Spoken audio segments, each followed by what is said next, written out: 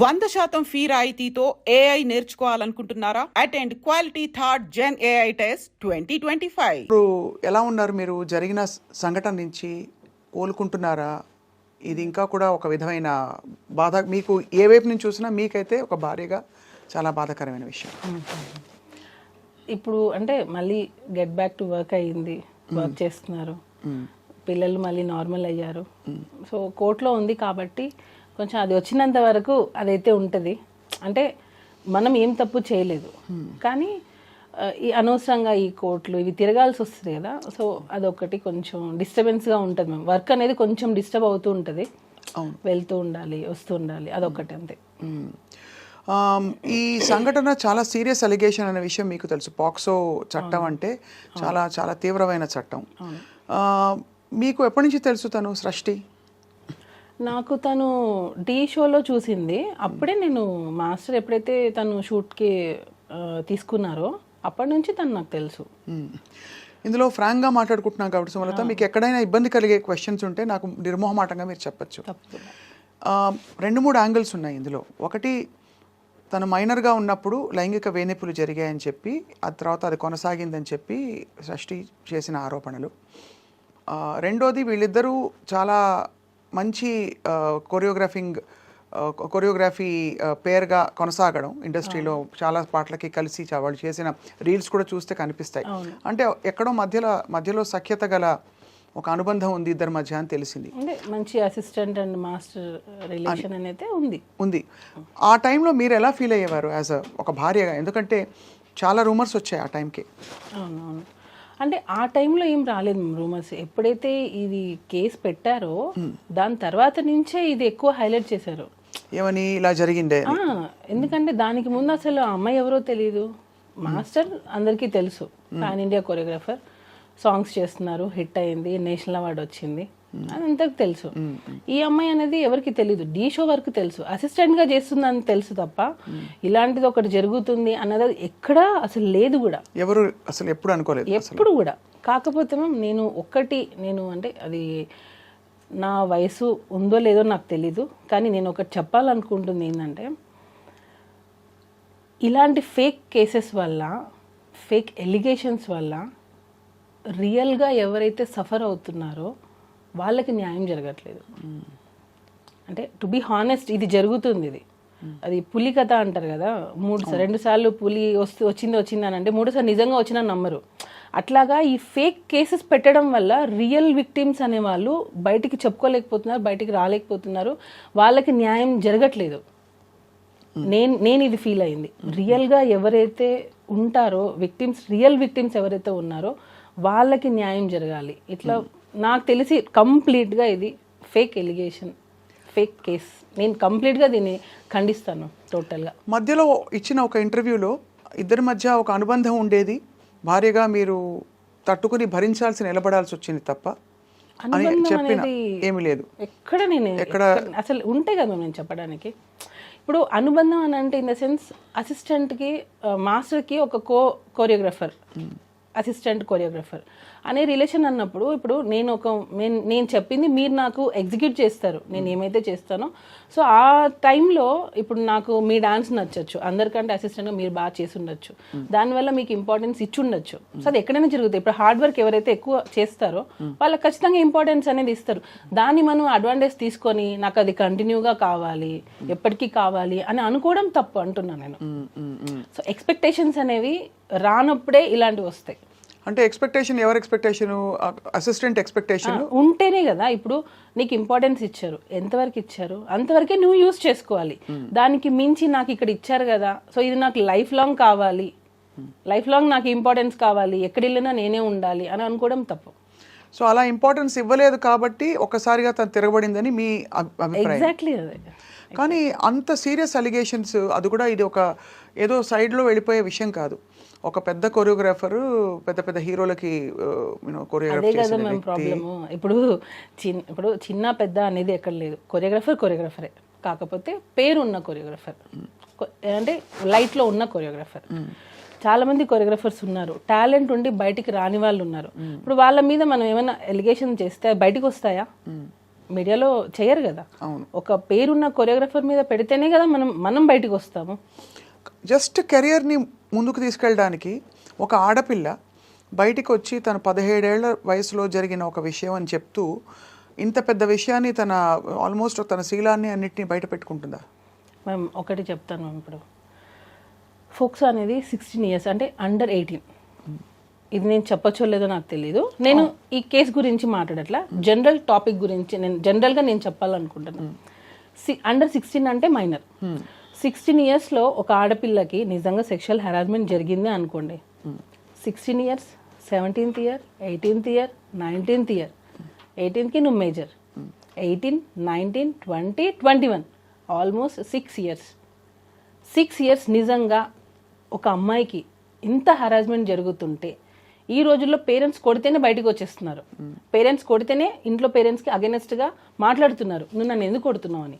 అలాంటిది ఇన్ని ఇయర్స్ నువ్వు ఇంత హెరాస్మెంట్ జరుగుతుంటే అసలు ఉంటుందా? ఒక ఆడపిల్ల ఉంటుంది అంటే ఇయర్స్ తరబడి హెరాస్మెంట్ అంటే వాతావరణంలో ఎలాంటి ఒత్తిడి ఉంది అంటే అది నేను తలగ్గకపోతే ఆ టర్మ్స్ అండ్ కండిషన్స్కి నా కెరియర్ నేను అంతా పణంగా పెట్టి బయటకు వచ్చేసిన ఇదంతా వేస్ట్ అయిపోతుంది కాబట్టి భరిస్తూ ఉన్నాను.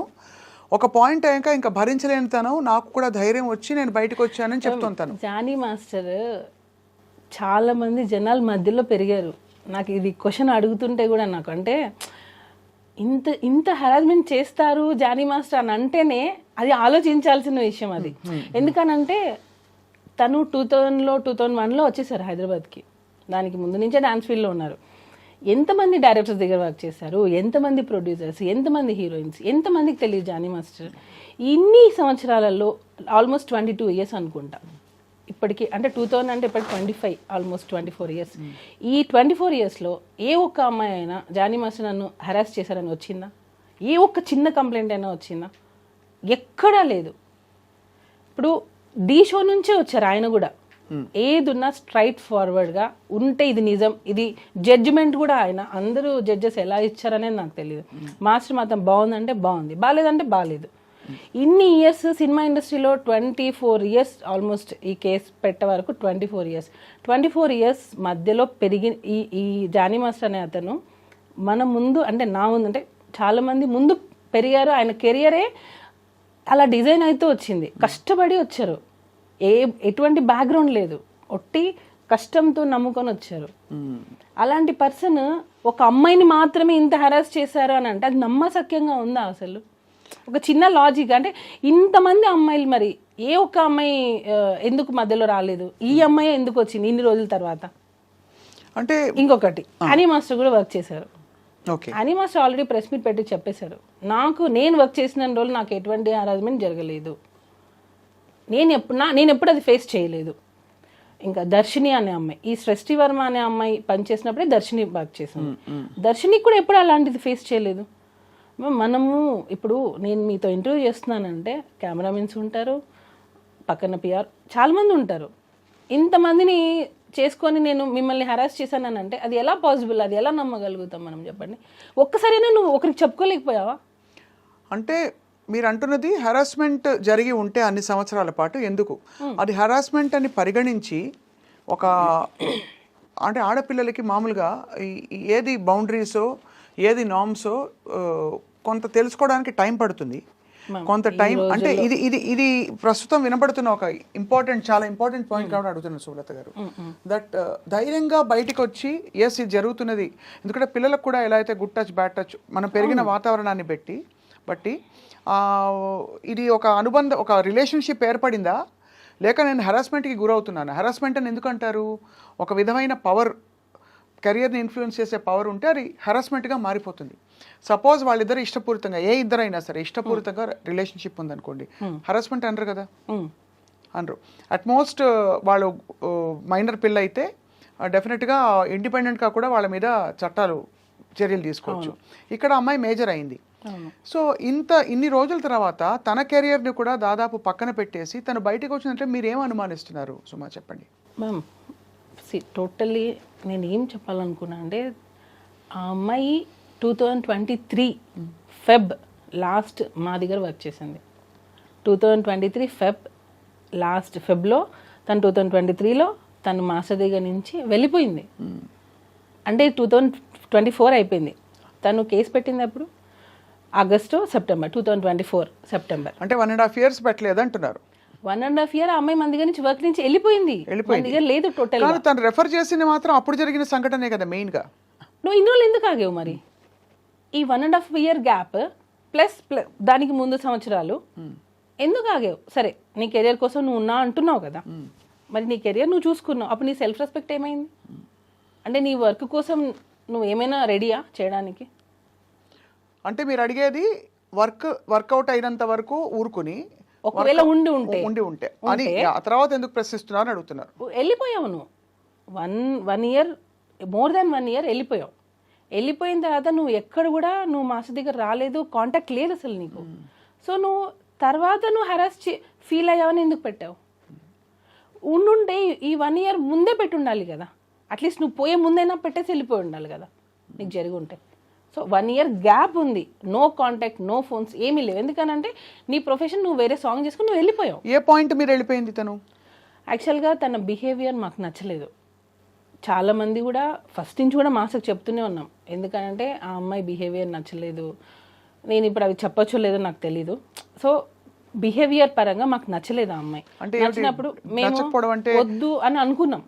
నచ్చకపోవడం అంటే ఏంటి? అంటే తను చెప్పిన మాట వినకపోవడం, లేదు స్టెప్పులు కొంచెం అరగంట గా ఉండడం అలాంటిదా, లేకపోతే?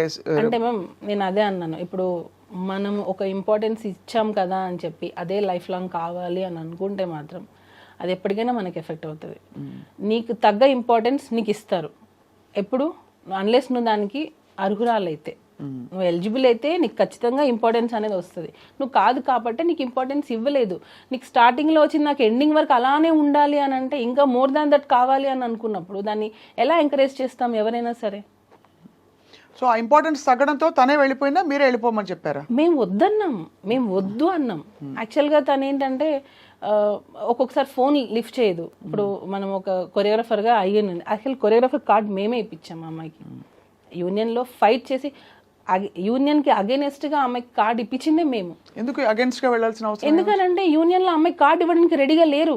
నేను చాలా విషయాలు నేను ఇక్కడ పెట్టుకోనున్నా, చాలా విషయాలు నేను చెప్పాలంటే చాలా మంది ఫ్యామిలీస్ ఎఫెక్ట్ అవుతాయి. అందుకే నేను చెప్పాలంటే కూడా నాకు అంటే నేను చెప్పేస్తే యూనియన్లో 600 మంది ఉంటారు, వాళ్ళందరికీ ఎఫెక్ట్ అవుతుంది నేను మాట్లాడితే యూనియన్ గురించి. సో నేను ఆ మాటలు కొన్ని నేను చెప్పలేను, కానీ ఎప్పటికైనా అది బయటకు వస్తుంది. మ్యామ్ ఏం లేదు, ఇప్పుడు ఆ అమ్మాయి కార్డు గురించి అన్నారు కదా, ఎక్కడ తను వస్తే వేరే మాస్టర్స్కి వర్క్ వెళ్ళిపోతుందో ఏమో అని చెప్పి చాలామంది మాస్టర్స్ యూనియన్ మొత్తం ఆ అమ్మాయి కార్డు ఇవ్వద్దు అన్నారు. నేను వాయిస్ నోట్స్ అఫీషియల్ గ్రూప్లో, మా అఫీషియల్ గ్రూప్లో డైలీ మెసేజెస్ పెట్టాను. నేను ఆ అమ్మాయికి మీరు కార్డు ఎందుకు ఇవ్వరు, తన టాలెంట్ ఉంది. యాక్చువల్లీ నేను అమ్మాయిని ఎంకరేజ్ చేయకూడదు.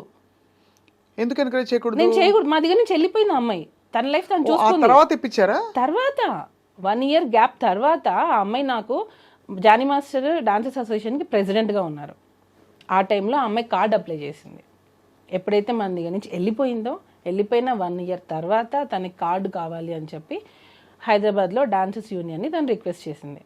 జానీ మాస్టర్ ఏమో ఇవ్వమని, ఎందుకంటే యాజ్ ఎ ప్రెసిడెంట్గా నా ధర్మాన్ని నేను పెడతాను, నాకు ఎన్నైనా ఉండనివ్వండి ప్రాబ్లమ్స్, కానీ నేను ఆ పోస్ట్కి న్యాయం చేయాలి అని చెప్పి మాస్టర్ ఇవ్వమని చెప్పారు. నేను మాస్టర్ ఇవ్వమని, యూనియన్ మొత్తం ఆ అమ్మాయి కార్డు ఇవ్వద్దు అని. ఎందుకు అని అంటే ఆ అమ్మాయి వస్తే మిగతా మాస్టర్స్కి ఎక్కడ వర్క్ తగ్గిపోతుందో ఏమో వాళ్ళ భయం. అంటే అంత టాలెంట్తో తను దూసుకొచ్చేస్తుందని నమ్మారు వాళ్ళు అనుకున్నారు. ఇప్పుడు ఇంకొక యాంకర్ వస్తున్నారంటే ఇక్కడ ఇంకొక యాంకర్ భయపడతారు కదా మ్యామ్, ఎక్కడ తను వచ్చేస్తుందో ఏమో, ఒక ఇన్సెక్యూరిటీ ఉంటుంది కదా. దానివల్ల వీళ్ళందరూ అమ్మాయి కార్డు ఇవ్వద్దు. మేమేంటి, ఎవరి టాలెంట్ వాళ్ళది.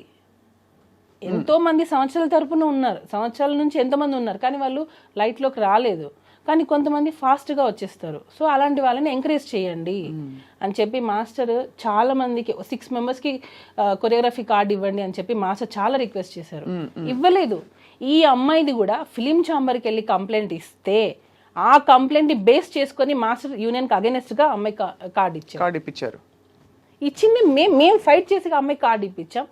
కార్డు వచ్చినంత వరకు కామ్గా ఉంది. కార్డు వచ్చిన తర్వాత ఎలిగేషన్తో మాస్టర్ని పెట్టి, ఇది అన్ఫేర్ మ్యామ్. టోటల్గా మనం మన అన్నం పెట్టిన చేతిని మనమే నరికేసుకున్నాం. నేను నిజంగా నేను ఫీల్ అయింది, మేము ఎంకరేజ్ చేశాము, మేము ఆ అమ్మాయిని కార్డ్ ఇవ్వడంలో నేను వాయిస్ నోట్స్ ఎన్ని పెట్టాను అవన్నీ ఎందుకు తను వాయిస్ నోట్స్ అన్ని ఉన్నాయి మీ దగ్గర? ఉన్నాయి నా దగ్గర, అన్నీ ఉన్నాయి. With dates. హా, నేను సెక్రటరీకి పెట్టిన వాయిస్ నోట్స్, నేను జానీ మాస్టర్ కార్డు ఇవ్వమంటే మీరు ఆ అమ్మాయికి ఎందుకు ఇవ్వట్లేదు, మాస్టర్స్ గ్రూప్లో కూడా పెట్టాను నేను. కానీ చాలా కొంచెం విచిత్రంగానే ఉంది. అంత అపురూపమైన టాలెంటా? అంటే తను వచ్చేస్తే అందరూ అంత 600 మంది బెదిరిపోయేంత? అలా కాదు, ఎవరికి కూడా ఇవ్వద్దని. ఓకే, అసలు టోటల్ గా మాస్టర్స్ కార్డులే ఇవ్వద్దు, కొత్త కార్డులు ఇవ్వద్దని, ఇవ్వద్దు. ఈ అమ్మాయికి మాత్రం ఇవ్వాలని మీరు ఇన్సిస్ట్ చేసి. మేము ఈ అమ్మాయికి మాత్రమే అని ఎందుకు వచ్చిందని అంటే తనకి ఆఫర్ వచ్చింది, మిగతా వాళ్ళకి ఆఫర్ రాలా. ఒక 6 మెంబర్స్ కొత్త కార్డ్స్ అప్లై చేశారు, మాస్టర్ కార్డ్స్. 6 మెంబర్స్లో ఈ అమ్మాయికి పుష్ప 2లో ఆఫర్ వచ్చింది. సో పుష్ప 2లో ఆఫర్ కావాలంటే తనకి హైదరాబాద్ కార్డు కావాలి. సో కార్డు కావాలి, ఆఫర్ ఉన్నప్పుడే. ఇప్పుడు అవకాశం వచ్చినప్పుడే మనకి ఆకలి వేసినప్పుడు మనం అన్నం తినాలి, కడుపు నిండిన తర్వాత మనం అన్నం తింటామా?